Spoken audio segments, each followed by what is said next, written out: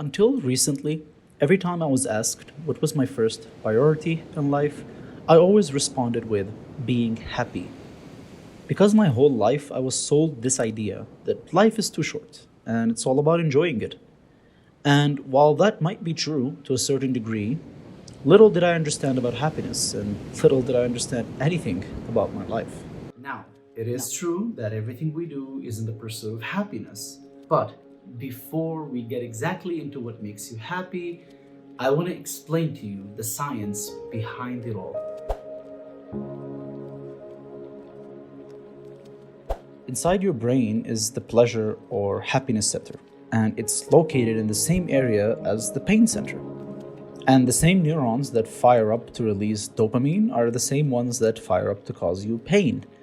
So, the way your mind works is that every time you pursue a pleasurable activity, whether it's food or sex or video games, what happens is dopamine is released. And when dopamine releases, just shortly after, your neurons will balance it out with a little bit of pain. Not physical pain, at least not at first, but pain that you perceive as a craving. And of course, once you repeat your pursuit of that pleasurable action, your mind is now craving it even more, and it reaches a point to which we call addiction. Of course, the diabolical issue is once you're addicted, your mind releases less pleasure with time and just more craving and pain. Thus, why we all grew up to get bored of video games and then got bored of pretty much everything. Because we live in such an abundance of all we seek. We go out all the time, we have fun every day, we scroll social media every day. We just live in plenty of joy. If you want something to eat, you just order it and it shows up at your house, the best tasting food and everything. This is not something we evolved into. We evolved to live in suffering.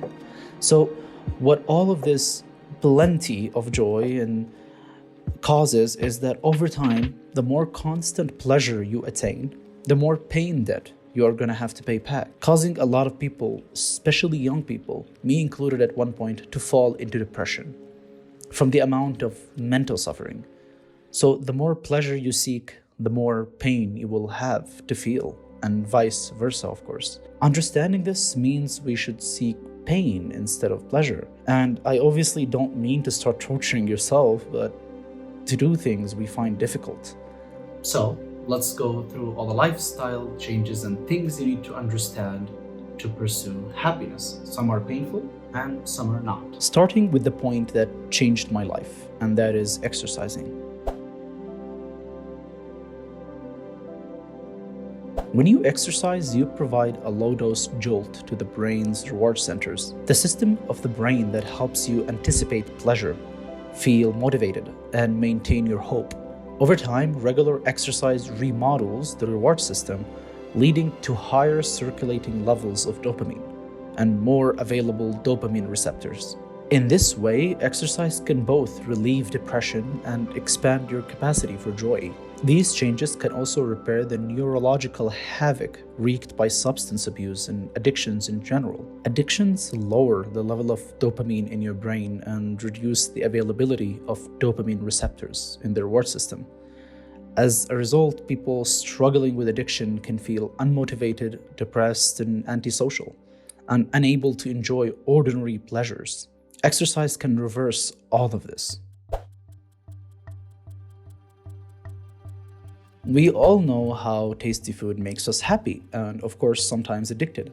But something we don't even consider is all the missing nutrients from our food. And I know most of you probably don't care deeply enough about the idea of your nutrients causing you depression or sadness or bad moods in general. And I know this because this was exactly how I used to treat the topic, as something silly. But I can tell you from personal experience and science backing me up. Yes, science! That it's very crucial. For a start, lack of vitamins B6, B9, and B12, omega-3 acids, amino acids, and vitamin D can absolutely worsen your mental health. Most of these nutrients are found in fish, meat, or very common vegetables and fruits, so you don't have to worry if you have a balanced diet. Just make sure you are getting enough. And when it comes to vitamin D, if your skin looks like this and you don't get at least 20 to 30 minutes of sun a day, then look into supplementing it. Applying what we learned earlier, also chasing tasty, pleasurable junk food more than you should, will just cause you to feel like shit afterwards. So always seek all the nutrition you need. Now, we move on to your personal achievements, and this is what your brain craves a load of. We all know that feeling of finishing a project or graduating or earning a title or pretty much any achievement in our lives. The longer it took and the harder it was, the more rewarding it felt. Setting goals and achieving them can seriously affect your self-esteem and state of mind. If you're just living through life without continuously accomplishing and conquering your goals, whether they are small or big, then inevitably you are bound to feel sadness. Humans have ruled the earth by continuously conquering and competing against each other. It's just in our nature. But in our age and time, we are lucky as competing isn't just with physical power, but also intellect. You should and you must set goals and fight for them, short-term and long-term goals. Do not expect to be happy when you are doing nothing to earn your happiness. I don't want to dwell on this point much longer, but just understand that this is the easiest way towards happiness. Of all forms of caution, caution in love is perhaps the most fatal to true happiness. Oh boy. You see, at the end of the day, we were made to procreate, and so naturally, love, sex, and intimacy is something we all highly crave. While you shouldn't be chasing love, you also shouldn't be blocking it away and shying away from it, just to protect yourself, as you are genuinely depriving your soul from the most beautiful experiences in life. Every time I fell in love, it was always like the first time. And through all of the heartbreak and sadness, I would do it all again in a heartbeat. For two individuals to come together and choose each other as life companions, sacrificing everything for each other with no selfish reasons and just loving each other so deeply and fondly, to want to create life together is a sacred experience. Of course, heartbreak is the worst, but if you live in fear of it, then you will miss out. While love for a significant other is surely one type of love, we have to also remember our social life. Love for friends in our community, people we work with, etc. If we only live to serve ourselves, then we are bound to be miserable people. So always be charitable when you can and offer a helping hand. Give back to your family, community, and friends. It doesn't always have to be financial either. Just being there, making sure to spread a smile is enough. Having a social life is just as important to happiness as anything else. What is the point of having the best things in life if you can't share it or discuss it or give it away? Having friends in a social circle from all areas of life and serving others can bring you a great deal of happiness and content.